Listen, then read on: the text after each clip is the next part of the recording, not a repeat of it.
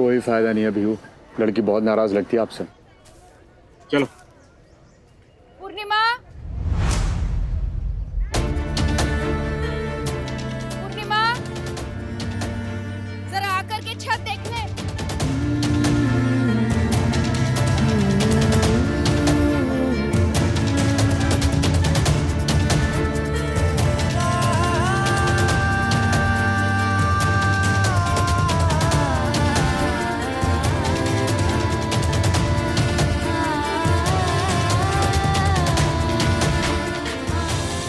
तुम भले ही मुझे अनजान समझ लो, पर मैं ये बात बिल्कुल भी मानने को तैयार नहीं कि हमारे बीच कोई कनेक्शन है।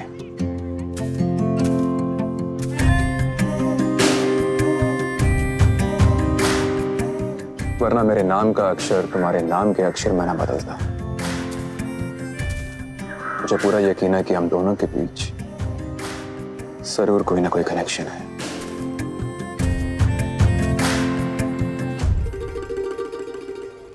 बरसों पुरानी बात है ये, और तू तो बहुत छोटा था चिराग। और वैसे भी बेटा, जो कुछ भी हुआ मेरे साथ हुआ है। जब मैंने सब कुछ भुला दिया तो तू क्यों नहीं भूल पा रहा है?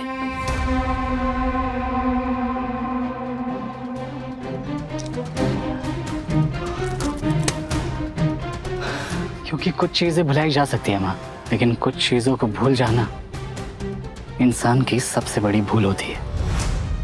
और ये भूल मैं नहीं करूंगा माँ। घाव भले ही दूसरे ने दिए हो, पर मरहम हमें खुद ही लगाना पड़ता है। मरहम तो आपके राज को भी लगाना पड़ेगा। सुना है 1 महीने तक बहुत खराब ग्रह दशा चल रही है आपके भतीजे राज रघुवंशी की। शायद किसी और के घाव मेरे लिए मरहम बन जाए।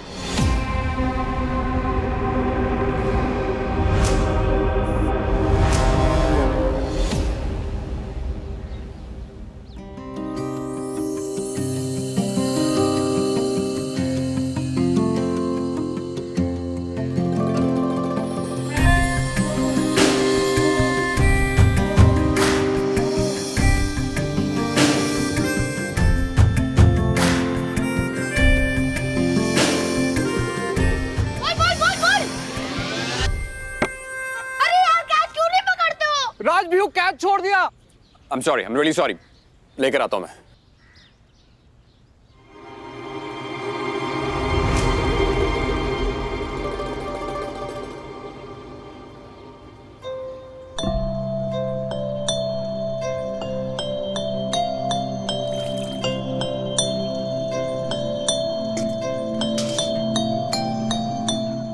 तेरी यूनिफॉर्म फट गई, मैं रफू कर दूंगी। उसकी बात नहीं है। फिर मेरी स्कूल की फीस इतनी ज्यादा है। पुरुजी जी आप रहने दो, मैं सरकारी स्कूल में चली जाऊंगी।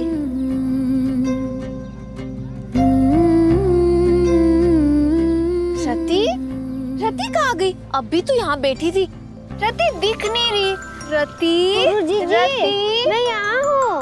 अरे तू यही है? अपन को लगा अपनी 7 साल की रति के अंदर दादी अम्मा घुस गई है। गाना मैंने रफू कर दूंगी।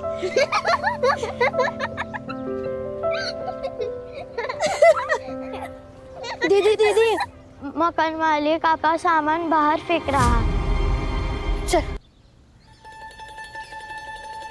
आपका बच्चा बहुत ही क्यूट है। आपको धन्यवाद देने आए हैं और साथ में मिठाई भी। सुनीता ने मुझे बताया कि कैसे आपने उसकी जान बचाई और साथ में हमारे बच्चे को भी। हम चाहते हैं ये बच्चा बड़े होकर आपके जैसा बने, होनहार, संस्कारी और सबकी मदद करने वाला। इसलिए हमने इसका नाम आपके नाम के ऊपर रखा है, रजनीश।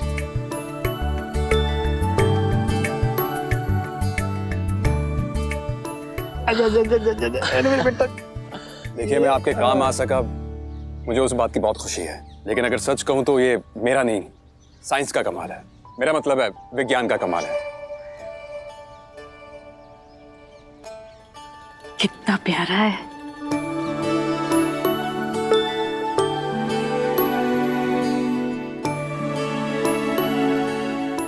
ये लीजिए, इसके लिए कुछ खरीद लीजिएगा। आप नहीं जानते आपने हमारे ऊपर कितना बड़ा उपकार किया। इस बच्चे को दुनिया में लाकर आप मेरे पिताजी को भी वापस लाए हैं। मुझे माफ करिएगा, मैं कुछ समझा नहीं। हम सबका मानना है कि मेरा बेटा मेरे पिताजी का रूप है और इसके जरिए ही मेरे पिताजी का पुनर्जन्म हुआ।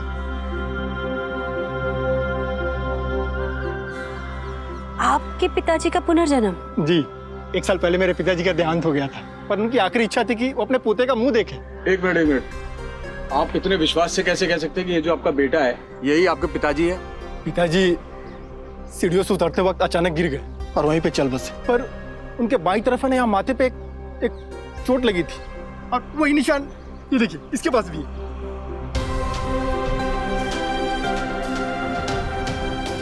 मुझे पूरा विश्वास है महाकाल ने मेरे पिताजी को वापस भेजा ही दुनिया में। जय महाकाल।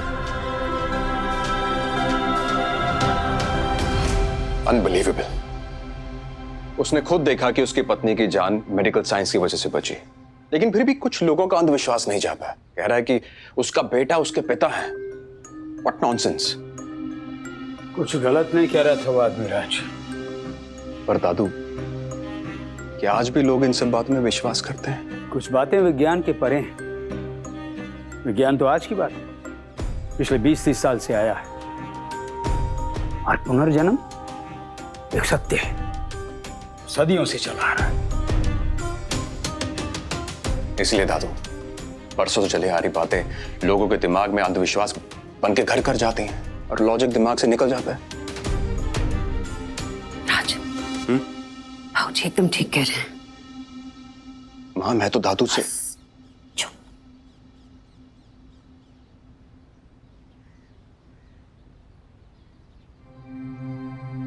भाऊजी, राज की तरफ से मैं आपसे माफी मांगती हूँ। बच्चा है और वैसे भी आजकल की पीढ़ी इन सब बातों में कहाँ विश्वास रखती है। हाँ बड़ी जीजी, मैंने खुद देखा अपने मायके में। किसी परिवार में या 2 लोगों के बीच जब गहरा रिश्ता होता है ना, तो मरने के बाद भी वो एक दूसरे से दूर नहीं रह पाते और महाकाल उन्हें किसी ना किसी रूप में धरती पे भेजने के लिए मजबूर हो जाते हैं। अरे इसे ही तो पुनर्जन्म कहते हैं।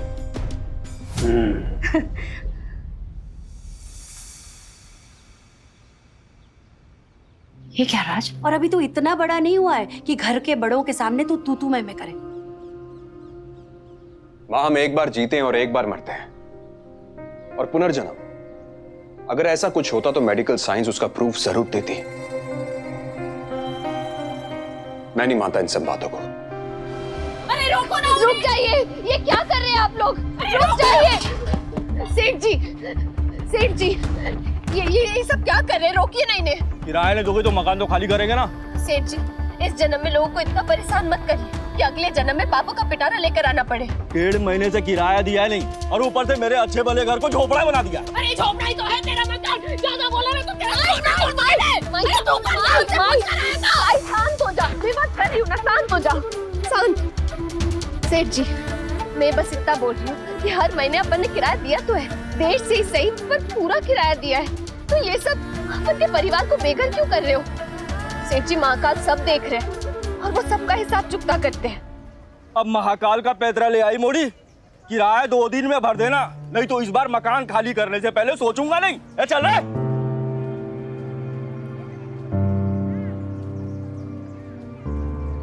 इस उम्र में और सहन नहीं होता, और कितने दिन भूखे पेट सोएंगे हम? माई मैं कल राशन। मैं कुछ नहीं सुनूंगी।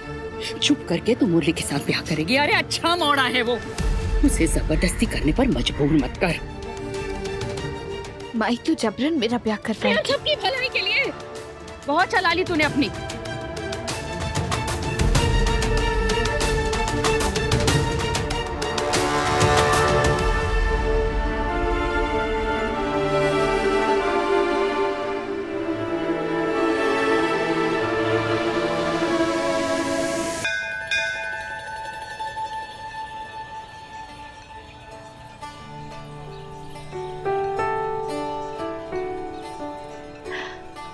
राज, राय भाई साहब का फोन आया था। वो बता रहे थे कि साइना ने ना किसी फॉरेन के कॉलेज में जाने के लिए परीक्षा दी है। अच्छा। बहुत अच्छी लड़की है राज, मुझे तो बहुत पसंद है और बहुत सुशील भी है। बहुत भले लोग हैं। जिस भी घर में उसका ब्याह होगा ना, बहुत भाग्यशाली होंगे, है ना? बिल्कुल सही कह रही हैं माँ।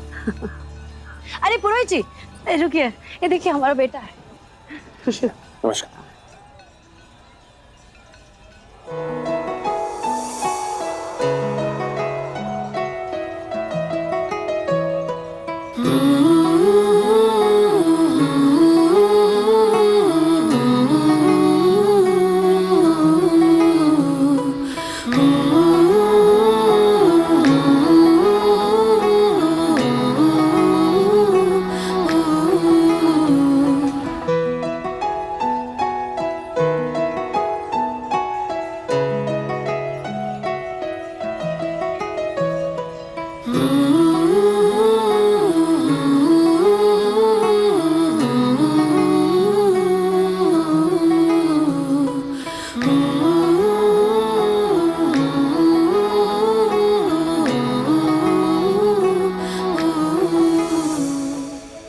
कल जो कुछ भी हो उसके लिए I'm really sorry। मोगरे वाली थाली 20 रुपए की है और बेलपत्ता और चंदन वाली थाली 25 रुपए की।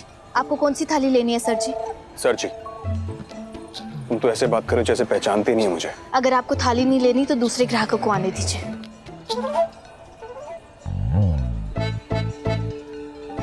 एक 25 वाली देना।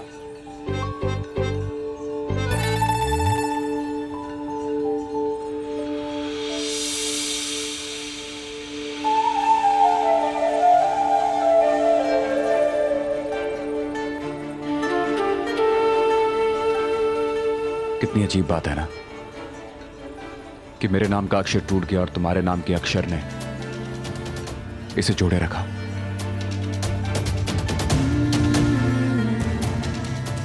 आपकी थाली पीछे हो जाओ।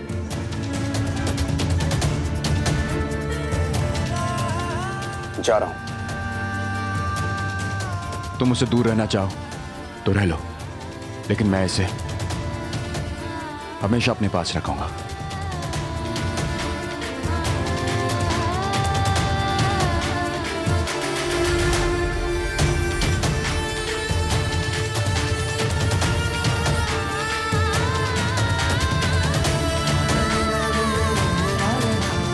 हमेशा।